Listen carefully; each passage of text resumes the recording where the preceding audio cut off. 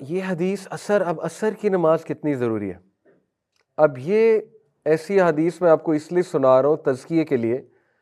کچھ لوگ D motivate بھی ہو جاتے ہیں ایسی حدیث سے، کہتے ہیں کہ دیکھیں جی ہمیں تو پہلے ہی بڑی مشکل ہو رہی ہے نماز پڑھنے میں، آپ ایسی حدیث سنائیں گے تو وہ موٹیویشن رہی صحیح بھی جائے گی. دیکھیں ہم سچ بتا رہے ہیں، جو نبی صلی اللہ علیہ وسلم نے بتا دیا وہ ہمیں بتانا چاہیے.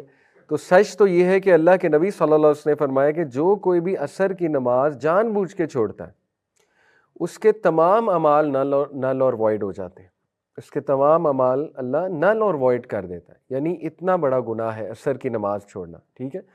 ایک اور حدیث میں آتا ہے جس نے عصر کی نماز چھوڑی وہ ایسے ہے جیسے اس کے فیملی والے اس سے لے لیے گئے، یعنی ہی اور she has lost their family members, اس کی تمام چیزیں اس سے لے لی گئیں.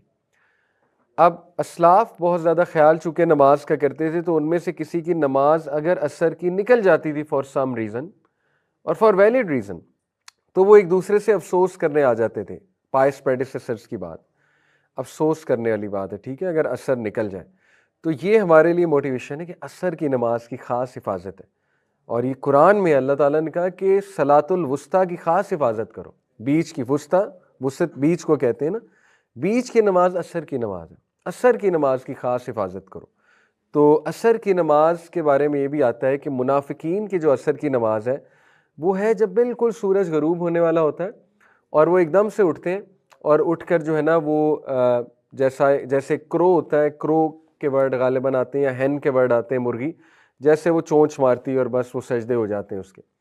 اللہ معاف کرے. دیکھیں یہ احادیث ضروری ہے ہمارے تزکیے کے لیے تاکہ ہم اپنا محاسبہ کریں کہ ہم کہیں اس طرح تو نہیں پڑھ رہے عصر کی نماز کہ منافق والی نماز تو نہیں ہے کہ بالکل جب ٹائم ختم ہونے والا ہے تو ایک دم اٹھے اور وہ پڑھی بھی ایسے کہ جیسے ٹھونگے مارے جاتے ہیں. تو اس کو ہم نے بہتر کرنا ہے. اصل میں سنانے کا مقصد یہ ہے انشاءاللہ تزکیہ کرنا ہے اپنا.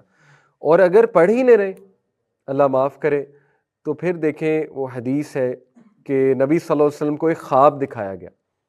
اس خواب میں 2 فرشتے نبی صلی اللہ علیہ وسلم کے ساتھ تھے.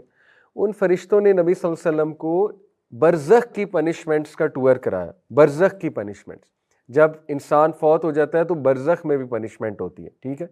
تو نبی صلی اللہ علیہ وسلم نے کیا دیکھا کہ ایک شخص ہے، اس کا سر پتھر سے بار بار کچلا جا رہا ہے اور اس کے بعد اس کا سر ری گرو ہوتا ہے اور وہ پھر کچلا جاتا ہے. اس کے بعد وہ پھر ری گرو ہوتا ہے، اس کا سر وہ پھر کچلا جاتا ہے. اللہ کے نبی صلی اللہ علیہ وسلم سے یہ حالت دیکھی نہیں گئی. نرم دل تھے بہت ہمارے نبی. اللہ کے نبی صلی اللہ علیہ وسلم نے پوچھا یہ کیا ہے، مطلب بہت پریشان ہو گئے. فرشتوں نے کہا آپ آگے چلیں آگے چلیں. بہرحال وہ پھر اور پنشمنٹس بھی دکھائی گئیں، لیکن بعد میں فرشتوں نے پھر بتایا یہ ساری چیزیں کیا تھیں. جہاں تک اس کی بات ہے سر کچلا جا رہا ہے، فرشتوں نے کہا یہ وہ شخص ہے جو نماز کے وقت سو رہا ہوتا ہے. یہ وہ شخص ہے جو نماز کے وقت سو رہا ہوتا ہے، نماز نہیں ادا کرتا. دیکھیں اللہ تعالیٰ بہت رحمان اور رحیم ہے. بے شک اللہ چاہے سارے گناہ معاف کر دیں، لیکن آن دی ادر ہینڈ یہ احادیث اس لیے ضروری ہیں کہ ہم اللہ کو مذاق نہ بنا لیں، اللہ کو مذاق میں نہ لے لیں. ٹھیک ہے. یعنی اللہ بادشاہ ہے. آپ خود سوچیں کہ آپ ایک سی او سے مذاق تو نہیں کر سکتے نا.